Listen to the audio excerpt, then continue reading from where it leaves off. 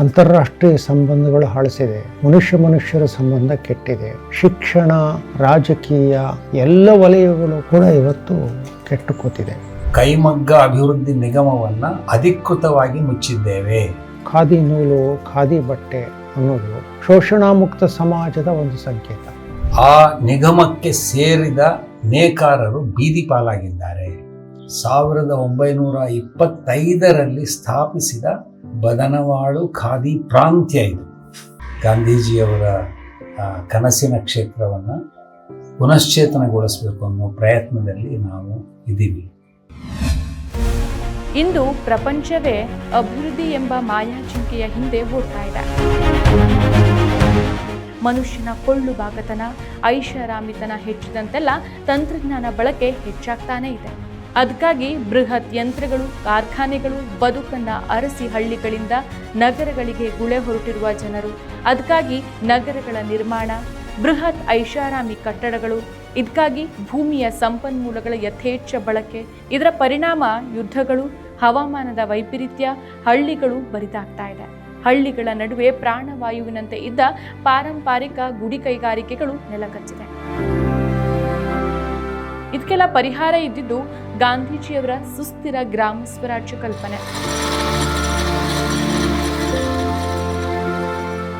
ಸರಳ ಬದುಕು, ಸುಸ್ಥಿರ ಅಭಿವೃದ್ಧಿ, ಸ್ವದೇಶಿ ಚಿಂತನೆಯಿಂದ ಮಾತ್ರ ನಮ್ಮ ದೇಶದ ಹಳ್ಳಿಗಳನ್ನು ಉಳಿಸಿಕೊಳ್ಳುವುದಕ್ಕೆ ಸಾಧ್ಯ ಎಂಬುದನ್ನು ಅರಿತ ಗಾಂಧಿ ಕೈಗಳಿಂದಲೇ ಬಟ್ಟೆಗಳನ್ನು ತಯಾರು ಮಾಡುವ ಖಾದಿ ಬಟ್ಟೆಗಳನ್ನು ತಯಾರಿಸೋಕೆ ಕರೆ ಕೊಟ್ಟರು.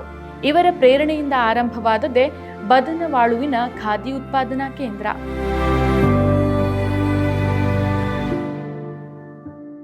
1925ರಲ್ಲಿ ಕೃಷ್ಣರಾಜ ಒಡೆಯರ್ ಅವರಿಂದ ಆರಂಭವಾದ ಈ ಕೇಂದ್ರಕ್ಕೆ ಗಾಂಧೀಜಿ 2 ಬಾರಿ ಭೇಟಿ ಕೊಟ್ಟಿದ್ರು. ಒಂದು ಕಾಲದಲ್ಲಿ ಖಾದಿ ಉತ್ಪಾದನೆಯ ಕ್ಲಸ್ಟರ್ ಆಗಿ ಬದನವಾಳು ಕೇಂದ್ರ ಕಾರ್ಯನಿರ್ವಹಿಸ್ತಾ ಇತ್ತು. ಆದರೆ ಖಾದಿ ಪರಂಪರೆಯ ಉದಾಹರಣೆಯಾಗಿದ್ದ ಈ ಕೇಂದ್ರ ಇಂದು ಹೇಗಿದೆ? 100 ವರ್ಷ ತುಂಬಿರುವ ಪಾರಂಪರಿಕ ತಾಣವಾಗಿ ರಕ್ಷಣೆಯಾಗಬೇಕಿದ್ದಂಥ ಕೇಂದ್ರದಲ್ಲಿರುವ ಕಟ್ಟಡಗಳು ಪಾಳು ಬಿದ್ದು ಬಾವಲಿಗಳ ತಾಣವಾಗಿದೆ. ಧೂಳು ಹಿಡಿದು ಕೂಳುತ್ತಿರುವ ಯಂತ್ರಗಳು, ಕೆಲವು ಕೆಲಸ ಮಾಡುತ್ತಿರುವ ಮಹಿಳೆಯರು, ಅವರಿಗೆ ಮೀಸಲಾಗಿರುವ ಶೌಚಾಲಯವು ನಿರ್ವಹಣೆ ಇಲ್ಲದೆ ಉಪಯೋಗಕ್ಕೆ ಬಾರದಾಗಿದೆ. ಸುಸ್ಥಿರ ಅಭಿವೃದ್ಧಿಯಲ್ಲಿ ಪ್ರಕೃತಿಯೇ ಮುಖ್ಯವಾದದ್ದು. ಇಲ್ಲಿ ಅನಗತ್ಯ ನಿರ್ಮಾಣ ಕಾರ್ಯಗಳಿಗಾಗಿ ವರ್ಷಾನುಗಟ್ಲೆ ಕಾರ್ಯಕರ್ತರು ಕೇಂದ್ರದಲ್ಲಿ ಬೆಳೆಸಿದ್ದ ಮರಗಳನ್ನು ಕಡಿದು ಉರುಳಿಸಲಾಗಿದೆ. ಪಾರಂಪರಿಕ ಕಟ್ಟಡಗಳನ್ನು ಕಡೆಗಣಿಸಿ ಗಾಂಧಿ ಆಶ್ರಮದ ಮಾದರಿಯ ಕಟ್ಟಡವನ್ನು 6 ವರ್ಷದ ಹಿಂದೆಯೇ 1.5 ಕೋಟಿ ವೆಚ್ಚದಲ್ಲಿ ನಿರ್ಮಿಸಲಾಯಿತು. ಆದರೆ ಅಲ್ಲಿ ಗಾಂಧೀಜಿಯ ಚಿಂತನೆಗೆ ಸಂಬಂಧಪಟ್ಟ ಯಾವುದೇ ಚಟುವಟಿಕೆ ನಡೆಯದೆ ಆ ಗ್ರಾಮದ ಕುಡುಕರ ಆವಾಸ ಸ್ಥಾನವಾಗಿದೆ. ಇಲ್ಲಿ ಗಾಂಧೀಜಿಯ ವೈಚಾರಿಕತೆಗೆ ಕೊಡಲಿ ಪೆಟ್ಟು ಕೊಟ್ಟಿದೆ ಸರ್ಕಾರ. ನಾನು ಇಲ್ಲಿ ಬದನವಾಳು ಖಾದಿ ಕೇಂದ್ರದಲ್ಲಿ ಕುಳಿತಿದ್ದೇನೆ. ಕಳೆದ 2 ತಿಂಗಳುಗಳಿಂದ ನಾವು ಕೆಲವರು ಕಾರ್ಯಕರ್ತರು ಇಲ್ಲಿ ನಿಂತು ಈ ಪವಿತ್ರ ಕ್ಷೇತ್ರವನ್ನು, ಗಾಂಧೀಜಿಯವರ ಕನಸಿನ ಕ್ಷೇತ್ರವನ್ನು ಪುನಶ್ಚೇತನಗೊಳಿಸಬೇಕು ಅನ್ನೋ ಪ್ರಯತ್ನದಲ್ಲಿ ನಾವು ಇದ್ದೀವಿ. ಈ ಕ್ಷೇತ್ರ ಎಷ್ಟು ಮಹತ್ವದ್ದು ಅಂತಂದರೆ, ಇದನ್ನು ಅಭಿವೃದ್ಧಿಪಡಿಸಿದವರು ಒಬ್ಬರಲ್ಲ, 2 ಮಹನೀಯರು, ಪ್ರಾತಸ್ಮರಣೀಯರಾದ 2 ಮಹನೀಯರು. ಒಂದು ಮುಮ್ಮಡಿ ಕೃಷ್ಣರಾಜ ಒಡೆಯರು. ಅವರು ಗಾಂಧೀಜಿಯವರ ಆದೇಶದ ಮೇಲೆ 1925ರಲ್ಲಿ ಸ್ಥಾಪಿಸಿದ ಬದನವಾಳು ಖಾದಿ ಪ್ರಾಂತ್ಯ ಇದು. ಬದನವಾಳು ನೂಲಿನ ಪ್ರಾಂತ್ಯ ಇದು. ಅಂದರೆ ಈ ಇಡೀ ಬರಗಾಲ ಪೀಡಿತ ಪ್ರದೇಶದಲ್ಲಿ ಅವರು ಗಾಂಧೀಜಿಯವರ ಆದೇಶದಂತೆ ಹಲವಾರು ನೂಲುವ ಕೇಂದ್ರಗಳನ್ನು ಸ್ಥಾಪಿಸಿ ತುಂಬ ಯಶಸ್ವಿಯಾಗಿ ಖಾದಿಯನ್ನು ಮತ್ತು ಗ್ರಾಮೋದ್ಯೋಗದ ಇತರ ಪದಾರ್ಥಗಳನ್ನು ಉತ್ಪಾದಿಸಿ ಅದನ್ನು ಹೊರದೇಶಗಳಿಗೆ ರಫ್ತು ಮಾಡುತ್ತಿದ್ದಷ್ಟು ಯಶಸ್ವಿಯಾದ ಜಾಗ ಇದು. ಪ್ರಾಯಶಃ ಇಡೀ ಕರ್ನಾಟಕದಲ್ಲಿ ಗಾಂಧೀಜಿಯವರಿಗೆ ಸಲ್ಲಬಲ್ಲ ಒಂದು ಅದ್ಭುತವಾದ ಸಂಕೇತ ಇದು. ದುರಂತ ಅಂದರೆ ಈ ಸಂಕೇತವನ್ನು ನಾವಿವತ್ತು ಧ್ವಂಸ ಮಾಡ್ತಾ ಇದ್ದೇವೆ. ಸರಕಾರವೇ ತನ್ನ ಅಭಿವೃದ್ಧಿಯ ಧಾವಂತದಲ್ಲಿ ಇದನ್ನು ಧ್ವಂಸ ಮಾಡ್ತಾ ಇದೆ. ಈ ಕೇಂದ್ರವನ್ನು ಅಭಿವೃದ್ಧಿ ಮಾಡ್ತೀವಿ ಅಂತ ಹೇಳಿ ಇಲ್ಲಿನ ಮರಗಳ ಮಾರಣ ಹೋಮ ಮಾಡಲಾಗಿದೆ. ಇಲ್ಲಿರುವ ಕಟ್ಟಡಗಳನ್ನು, ಇದರ ಇಡೀ ಸ್ಥಳವನ್ನು ವಿರೂಪಗೊಳಿಸಲಾಗ್ತಾ ಇದೆ. ಅಷ್ಟೇ ಅಲ್ಲ, ಇಲ್ಲಿ ಈಗಲೂ ಒಂದು 40 ಜನ ಹೆಣ್ಣುಮಕ್ಕಳು ಮುದುಕಿಯರು ನೂಲುವಿಕೆ ಮಾಡ್ತಾರೆ, ಒಂದಿಬ್ಬರು ನೇಯ್ಗೆ ಕೂಡ ಮಾಡ್ತಾರೆ. ಅವರಿಗೆ 3 ತಿಂಗಳಿಂದ ಸಂಬಳ ಸಿಕ್ಕಿರಲಿಲ್ಲ. ಈ ಊರಿನ ಗ್ರಾಮಸ್ಥರನ್ನು ನಾವು ಸಂಘಟಿಸಿ ಅವರ ಕೈಯಿಂದ ಮೈಸೂರಿನಲ್ಲಿ ಬಟ್ಟೆ ಮಾಡಿಸಿ ಅವರಿಗೆ ಸಂಬಳ ಸಿಕ್ಕೋ ಹಾಗೆ ಮಾಡಿದ್ವಿ. ಆದರೆ ಅವರ ಸ್ಥಿತಿ ಎಷ್ಟು ದುಃಖಮಯವಾಗಿದೆ ಅಂತಂದರೆ, ಅವರಿಗೆ ಕಟ್ಟಿಸಲಾದ ಟಾಯ್ಲೆಟ್ ಕೆಲಸ ಮಾಡ್ತಾ ಇಲ್ಲ. ಅವರಿಗಾಗಿ ಸ್ಥಾಪಿಸುವಾದ ಎಲ್ಲ ಧೂಳು ಹಿಡಿದು ಕುಳಿತಿದೆ. ಹೇಳುವವರಿಲ್ಲ, ಕೇಳುವವರಿಲ್ಲ ಈ ಸ್ಥಳದಲ್ಲಿ. ಇದರ ಕಾರ್ಯದರ್ಶಿ ಬೆಂಗಳೂರಿನಲ್ಲಿ ಕುಳಿತಿದ್ದಾರೆ. ಕರ್ನಾಟಕ ಖಾದಿ ಬೋರ್ಡಿನ ಮುಖ್ಯಸ್ಥರು ಬೆಂಗಳೂರಿನಲ್ಲಿದ್ದಾರೆ.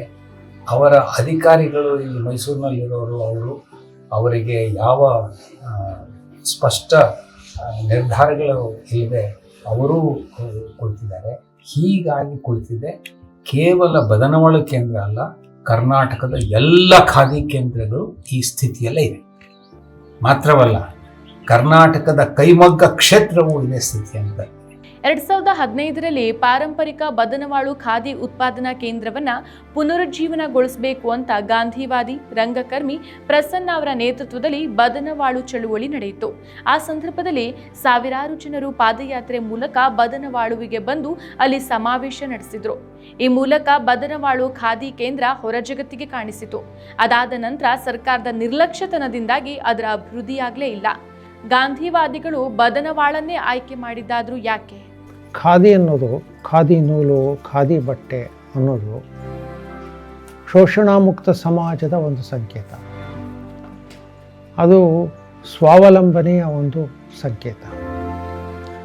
ಅದು ನಮ್ಮ ದೇಸೀಯತೆಯನ್ನು ಎತ್ತಿ ಹಿಡಿಯೋ ಒಂದು ಸಂಕೇತ ಮತ್ತು ಒಂದು ಮನುಷ್ಯ ಸಂಬಂಧಗಳನ್ನು ಕಟ್ಟಬಲ್ಲಂತಹ, ಶ್ರಮದ ಮೂಲಕ ಮನುಷ್ಯ ಸಂಬಂಧಗಳನ್ನು ಕಟ್ಟಬಲ್ಲಂಥ ಒಂದು ಸಾಧ್ಯತೆಯನ್ನು ತೋರಿಸುವಂಥ ಒಂದು ಪ್ರದೇಶ ಬದನವಾಳು ಅದಾಗಿತ್ತು.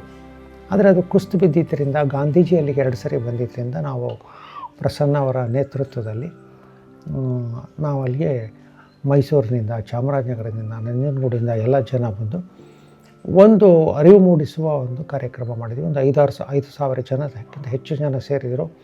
ಸಾವಿರಾರು ಜನ ನಾವು ಪಾದಯಾತ್ರೆ ಮಾಡಿದಾಗ ತುಂಬ ಜನ, ಹೌದು ನಮಗೆ ಸರಳ ಬದುಕು ಬೇಕು, ಅನಗತ್ಯವಾದ ದುಬಾರಿ ಕಾರ್ಯಕ್ರಮಗಳನ್ನು ಮಾಡಿ ಹಣವನ್ನು, ಶಕ್ತಿಯನ್ನು ಮಾಡಬಾರ್ದು ಅಂತ. ಇದನ್ನು ಕೇವಲ ಆದರ್ಶ ಅನ್ನೋಕ್ಕಾಗಲ್ಲ, ಇದು ನಮ್ಮ ಬದುಕೋಕ್ಕೆ ಬೇಕಾಗೋ ಜಾಣ್ಮೆ. ಇದು ಮನುಷ್ಯ ಕುಲ ಬದುಕಿ ಉಳಿಯೋದಕ್ಕೆ ಬೇಕಾಗೋ ಜಾಣ್ಮೆಗಳೆಲ್ಲವನ್ನು ಗಾಂಧೀಜಿ ಕೊಟ್ಟರು. ಅಂಥ ಒಂದು ಜಾಣ್ಮೆಯ ಒಂದು ಕೇಂದ್ರ ಅದು ಬದನವಾಳು ಸಾಂಕೇತಿಕವಾಗಿ. ಹಾಗೆ ಅಲ್ಲಿ ನಾವು ಒಂದು ಚಳುವಳಿಯನ್ನು ಕಟ್ತಾ, ಜನಗಳನ್ನ ತೊಡಗಿಸ್ತಾ, ಗಾಂಧಿ ಸಂದೇಶವನ್ನು ರಚನಾತ್ಮಕ ಕಾರ್ಯಗಳ ಮುಖಾಂತರ ನಾವು ಜನಗಳಿಗೆ ವಿತರಿಸಬೇಕು, ಜನಗಳಿದ್ರಲ್ಲಿ ಪಾಲ್ಗೊಳ್ಳಬೇಕು, ನಮ್ಮ ಬದಲಾವಣೆ ಸಾಧ್ಯ ಆಗಬೇಕು ಅನ್ನೋದು ಇದು ಉದ್ದೇಶ ಆಗಿತ್ತು. ಹಾಗಾಗಿ ಅದನ್ನು ಪ್ರಾರಂಭ ಮಾಡಿದ್ವಿ, ಅದನ್ನು ಮಾಡಿದ ನಂತರ ಹೆಚ್ಚೇನು ಮುಂದುವರಿಯಲಿಲ್ಲ. ಹಾಗಾಗಿ ನಾವು ಬೇರೆ ಬೇರೆ ಕಾರ್ಯಕ್ರಮಗಳಲ್ಲಿ ತೊಡಗಿಕೊಂಡ್ವಿ. ನಂತರ ಇತ್ತೀಚೆಗೆ ಸರ್ಕಾರ ಗಾಂಧಿ ಗ್ರಾಮೋದ್ಯಮ ಕಲ್ಪನೆಯಡಿಯಲ್ಲಿ ಇಲ್ಲಿ ಜೀರ್ಣೋದ್ಧಾರ ಮಾಡೋಕೆ ಸುಮಾರು 40 ಕೋಟಿ ಅನುದಾನದ ಅಡಿಯಲ್ಲಿ ಯೋಜನೆಯನ್ನು ರೂಪಿಸಿತು. ಅದಕ್ಕಾಗಿ ಕರ್ನಾಟಕ ಗಾಂಧಿ ಆಚರಣೆ ಸಮಿತಿಯ ಅಧ್ಯಕ್ಷರಾದ ವೀರಪ್ಪ ಮೊಯ್ಲಿಯವರ ನಿರ್ದೇಶನದ ಮೇರೆಗೆ ಡಿಸೆಂಬರ್ 10, 2025ರಂದು ಬದನವಾಳು ಖಾದಿ ಕೇಂದ್ರದಲ್ಲಿ ನಡೆದ ಸಭೆಯಲ್ಲಿ ಕರ್ನಾಟಕ ಖಾದಿ ಮಂಡಳಿ ಬದನವಾಳಿ ಖಾದಿ ಕೇಂದ್ರದ ಅಭಿವೃದ್ಧಿ ವಿಚಾರವಾಗಿ ವರದಿಯನ್ನು ಸಲ್ಲಿಸೋಕೆ ಮನವಿ ಮಾಡಿತ್ತು. ಅದರಂತೆ ವರದಿಯನ್ನ ಗಾಂಧಿ ವಿಚಾರಧಾರೆ ಉಳ್ಳವರಾದ ರಂಗಕರ್ಮಿ ಪ್ರಸನ್ನ, ಚಾಮರಾಜನಗರದ ದೀನಬಂಧು ಆಶ್ರಮದ ಜಯದೇವ್ ಹಾಗೂ ಪ್ರೊಫೆಸರ್ ಕೆ ಶಿವರಾಜ್ ಗಾಂಧಿ ಭವನ ಬೆಂಗಳೂರು ಸೇರಿ ವರದಿಯನ್ನ ಸಿದ್ಧಪಡಿಸಿ ಶಿಫಾರಸುಗಳನ್ನು ಕೊಟ್ಟಿರ್ತಾರೆ. ವರದಿ ಸಲ್ಲಿಸಿ 2 ತಿಂಗಳುಗಳಾದರೂ ಸರ್ಕಾರದಿಂದ ಯಾವುದೇ ಉತ್ತರ ಬಂದಿಲ್ಲ. ನಿಜವಾಗ್ಲೂ ಬದನವಾಳುವಿನಲ್ಲಿ ಆಗಬೇಕಾದದ್ದು ಏನು? ಸರ್ಕಾರ ಯೋಚಿಸ್ತಾ ಇರೋದು ಏನು? ಈಗ 2025-26ರಲ್ಲಿ ಸರ್ಕಾರ ಅದಕ್ಕೆ ಬೃಹತ್ತಾದ ಹಣವನ್ನು ಮೀಸಲಾಗಿಟ್ಟು ಇಡೀ ಬದನವಾಳು ಖಾದಿ ಕೇಂದ್ರವನ್ನು ಒಂದು ಆಕರ್ಷಕ ಗಾಂಧಿ ತಾತ್ವಿಕತೆಯ ಕೇಂದ್ರವಾಗಿ ಬೆಳೆಸುತ್ತೆ ಅಂತ ನಾವು ಅಂದ್ಕೊಂಡಿದ್ವಿ ಅವ್ರು ನಮ್ಮ ಮೀಟಿಂಗ್ ಕರೆದಾಗ. ಆದರೆ ಗಾಂಧಿ ತಾತ್ವಿಕತೆಯಿಂದ ದೂರ ಸರಿದು ಅದಕ್ಕೆ ಬದಲಾಗಿ ಕೈಗಾರಿಕಾ ಪಾರಮ್ಯವನ್ನು ತೋರಿಸುವಂಥ ಪ್ರದೇಶ ಆಗೋದು ಹೊರಟಿದೆ ಇದು. ಯಾಕೆಂದರೆ ನಾವು ಹೇಳಿದ್ವಿ, ಈ ಇರತಕ್ಕಂಥ ಯಾವ ಪಾರಂಪರಿಕ ಕಟ್ಟಡಗಳನ್ನು ನಾಶ ಮಾಡದೆ ಅದನ್ನು ಉತ್ಪಾದನೆ ಮಾಡಿಕೊಂಡು ಅದನ್ನು ಬಳಸ್ಕೊಳ್ಳೋಣ, ಅದನ್ನು ಗಾಂಧಿ ತಾತ್ವಿಕತೆಯನ್ನು ತರಬೇಕಲ್ಲಿ. ಅಲ್ಲಿ ಕೆಲಸ ಮಾಡೋ ಶ್ರಮಜೀವಿಗಳ ಅನ್ಯೋನ್ಯ ಸಂಬಂಧವನ್ನು ಕಟ್ಟಬೇಕು. ಬದನವಾಳು ಕೇಂದ್ರದಲ್ಲಿಟ್ಕೊಂಡು ಸುತ್ತಮುತ್ತ ಒಂದು ಹಳ್ಳಿಗಳ ಸಮುಚ್ಚಯ ಇದರಲ್ಲಿ ಉತ್ಪಾದನೆಯಲ್ಲಿ ತೊಡಗಬೇಕು. ಇವತ್ತು ಏನಾಗಿದೆ ಅಂತಂದರೆ ಶುದ್ಧ ಖಾದಿ, ಅಪ್ಪಟ ಖಾದಿ ಕೈಗಳಿಂದ ಉತ್ಪಾದನೆ ಮಾಡಿದಂಥ ನೂಲು ಮತ್ತು ಬಟ್ಟೆಗಳಿಗೆ ಅಂತಾರಾಷ್ಟ್ರೀಯ ಬೇಡಿಕೆ ಇದೆ. ಮತ್ತು ಅದು ಯಾಕೆ ಅಂತಂದರೆ ಝೀರೋ ಕಾರ್ಬನ್ ಫುಟ್ಪ್ರಿಂಟ್ ಅನ್ನೋ ಒಂದು ಕಾನ್ಸೆಪ್ಟು. ಸೊ ಈ ಉತ್ಪಾದನೆಯಿಂದ ಪರಿಸರದ ಮೇಲೆ ಯಾವ ಒತ್ತಡವೂ ಆಗೋದಿಲ್ಲ. ಇಂಥ ಒಂದು ಮನುಷ್ಯ ಶ್ರಮದ ಉತ್ಪಾದನೆಯಿಂದ ವಾತಾವರಣಕ್ಕೆ ಪರಿಸರಕ್ಕೆ ಭಾಳ ಒಳ್ಳೆಯದು, ಮನುಷ್ಯನ ಮಾನಸಿಕ ಆರೋಗ್ಯಕ್ಕೂ ಒಳ್ಳೆಯದು, ಮತ್ತು ಮನುಷ್ಯ ಸಂಬಂಧಗಳನ್ನು ಕಟ್ಟಬಹುದಾದಂಥದ್ದು ಇದು ಇದೆ. ಹಾಗಾಗಿ ಇಂಥದ್ದೊಂದನ್ನು ಮಾಡಿ ಅಂತ ಹೇಳಿ ನಾವು ಸಲಹೆ ಕೊಟ್ಟಾಗ ಆ ಮೊದಲನೇ ಮೀಟಿಂಗಲ್ಲಿ ಅವರು ಒಪ್ಕೊಂಡು ಹೋದರು. ಹೌದು ಸರ್, ಹಾಗೆ ಮಾಡೋದು ಒಳ್ಳೆಯದು. ಈಗ ಏಕಾಏಕಿ ಕೇಳಿದೆ ನಮ್ಮನ್ನು, ಬರೀ ಕಟ್ಟಡ ಕಟ್ಟುವಂಥ ಒಂದು ಕಾರ್ಯಕ್ರಮ ಹಾಕ್ಕೊಂಡ್ರೆ ಕೋಟ್ಯಾಂತರ ರೂಪಾಯಿ ಹಣವನ್ನು ಕಟ್ಟಡ ಕಟ್ಟಿ ಮುಗಿಸ್ಬಿಡ್ಬೋದು. ಕಟ್ಟಡ ಕಟ್ಟುವ ಮುಖಾಂತರ ಒಂದು ರೀತಿಯ ಮನೋರಂಜನೆಯ ಪ್ರವಾಸಿ ಕೇಂದ್ರವನ್ನಾಗಿ ಮಾಡಬಹುದೇ ಹೊರತು ಒಂದು ಗಾಂಧಿ ತಾತ್ವಿಕತೆಯನ್ನು ಸಾರುವಂತಹ ಪ್ರವಾಸಿ ಕೇಂದ್ರವನ್ನಾಗಿ ಮಾಡೋಕ್ಕಾಗಲ್ಲ. ಅದನ್ನು ಅರ್ಥ ಮಾಡ್ಕೊಳ್ಬೇಕು. ಗಾಂಧಿ ತಾತ್ವಿಕತೆಯ ಪ್ರಸಾರ ಮಾಡುವಂಥ ಗಾಂಧಿ ತಾತ್ವಿಕತೆಯನ್ನು ಕೇಂದ್ರದಲ್ಲಿಟ್ಕೊಂಡು ನಾವು ಪ್ರವಾಸೋದ್ಯಮವನ್ನು ಮಾಡಬೇಕಾದ್ರೆ ಅದನ್ನು ಬೇರೆ ಆಯಾಮಗಳಲ್ಲೇ ಯೋಚನೆ ಮಾಡಬೇಕು. ಅಲ್ಲಿ ಗಾಂಧಿ ತತ್ವ ಮತ್ತು ಉತ್ಪಾದನೆ, ಗುಡಿ ಕೈಗಾರಿಕೆಯ ಪರಿಕಲ್ಪನೆ ಮತ್ತು ಶೋಷಣಾ ಮುಕ್ತ ಸಮಾಜದ ಒಂದು ಮೌಲ್ಯ ಅದಷ್ಟು ಅಲ್ಲಿ ತರಬೇಕು. ನಾವು ತಂದು ಹಾಗೆ ಮಾಡಿದರೆ ಮಾತ್ರ ಅದು ನಿಜವಾದ ಗಾಂಧಿ ಪ್ರವಾಸೋದ್ಯಮ ಆಗುತ್ತೆ. ಚಿಂತಕರ ಇಂಥ ದೂರದೃಷ್ಟಿಯನ್ನ ಸರ್ಕಾರ ಪರಿಗಣಿಸ್ತಾ ಗಾಂಧಿ ಪ್ರವಾಸೋದ್ಯಮದ ನೈತಿಕ ಪರಿಕಲ್ಪನೆಯನ್ನ ಬಿಟ್ಟು ಸ್ಥಳೀಯ ಜನಪ್ರತಿನಿಧಿಗಳು ಮಾಡ್ತಾ ಇರೋದಾದ್ರೂ ಏನು? ಇದು ಒಂದು ರೀತಿ ಹಣದ ವಹಿವಾಟು ಅಷ್ಟೇ ಮುಖ್ಯ ಹೊರತು ಅದರಾಚೆಗೆ ಮತ್ತೇನೂ ಇಲ್ಲ. ಕೆಲವು ದಳ್ಳಾಳಿಗಳಿಗೆ ಹಣ ಮಾತ್ರ ಸಿಕ್ಕರೆ ಸಾಕು ಅನ್ನುವಂಥ ಒಂದು ಮೂಲ ಉದ್ದೇಶದಿಂದ ಗಾಂಧಿಯ ಹೆಸರನ್ನು ಒಂದು ನೆಪವಾಗಿ ಹಿಂಗಾಗಬಾರ್ದು. ಗಾಂಧಿ ಹೆಸರನ್ನು ಬಳಸದೆ ಅವ್ರು ಬೇಕಾದ್ರೆ ಬೇರೆ ಕಡೆ ಎಲ್ಲರೂ ಮಾಡಲಿ, ಪ್ರವಾಸೋದ್ಯಮ ಮಾಡಲಿ. 40 ಕೋಟಿ ಅಲ್ಲದೆ 80 ಕೋಟಿ ಇಡಲಿ. ಈಗ ನೋಡಿ, KRS ಪಕ್ಕದಲ್ಲಿ 2,000 ಕೋಟಿ ಇಟ್ಟು ಮೋಜು ಮಸ್ತಿ ಮಾಡ್ತಾರೆ. ಇದೆಲ್ಲ ಬೇಕಾಗಿತ್ತಾ?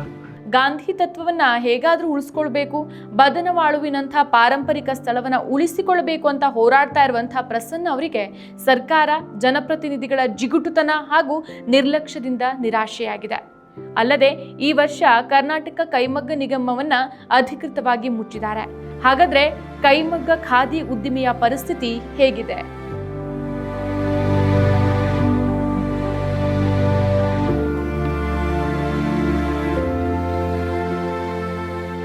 ಕೈಮಗ್ಗ ಅಭಿವೃದ್ಧಿ ನಿಗಮವನ್ನು ಅಧಿಕೃತವಾಗಿ ಮುಚ್ಚಿದ್ದೇವೆ.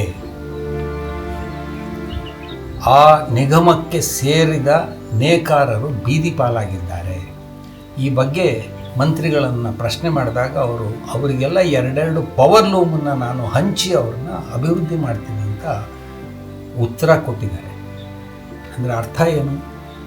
ಈ ಗ್ರಾಮೀಣ ನೇಕಾರನಿಗೆ ಪವರ್ ಲೂಮ್ ಕೊಡೋದು ಅಂತಂದರೆ ಅವನ ಕೈಯಿಂದ ಕಳ್ಳ ಮಾಲನ್ನು, ವಿದ್ಯುತ್ ಮಗ್ಗದ ಬಟ್ಟೆ, ವಿದ್ಯುತ್ ಮಗ್ಗದ ಖಾದಿ, ವಿದ್ಯುತ್ ಮಗ್ಗದ ಕೈಮಗ್ಗದ ಬಟ್ಟೆಯನ್ನು ಉತ್ಪಾದಿಸಿ ಕಳ್ಳ ಮಾಲು ಮಾರಾಟ ಮಾಡಿಸ್ತಾ ಇದೆ ಕರ್ನಾಟಕ ಸರ್ಕಾರ.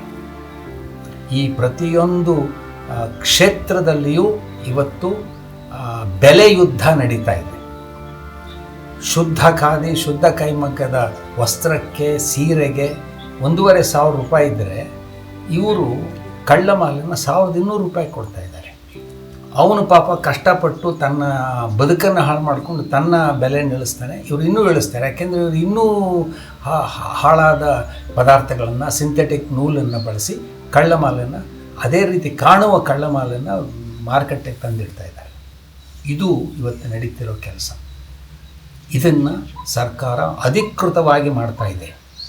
ಪ್ರತಿಯೊಬ್ಬ ನೇಕಾರನಿಗೆ 2 ಪವರ್ಲೂಮನ್ನು ಕೊಟ್ಟು ಮಾಡ್ತಾ ಇದ್ದಾರೆ. ಇದನ್ನು ಹಿಂದಿನ BJP ಸರ್ಕಾರವೂ ಮಾಡಿತ್ತು, ಮಾಡಿ ಕೈ ಸುಟ್ಕೊಂಡಿತ್ತು.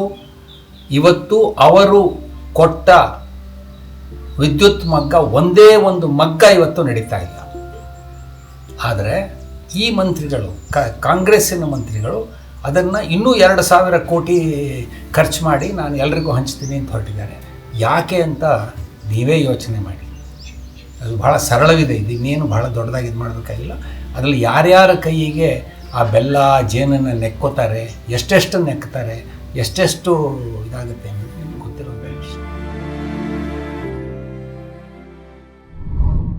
ಮತ್ತಷ್ಟು ವಿಶೇಷ ವಿಡಿಯೋಗಳನ್ನು ನೋಡಲು ಮತ್ತು ಹೊಸ ವಿಡಿಯೋಗಳ ಬಗ್ಗೆ ತಿಳಿಯಲು ಈ ದಿನ .com ಯೂಟ್ಯೂಬ್ ಚಾನೆಲ್ ಸಬ್ಸ್ಕ್ರೈಬ್ ಮಾಡಿ ಮತ್ತು ಬೆಲ್ ಐಕಾನ್ ಕ್ಲಿಕ್ ಮಾಡಿ.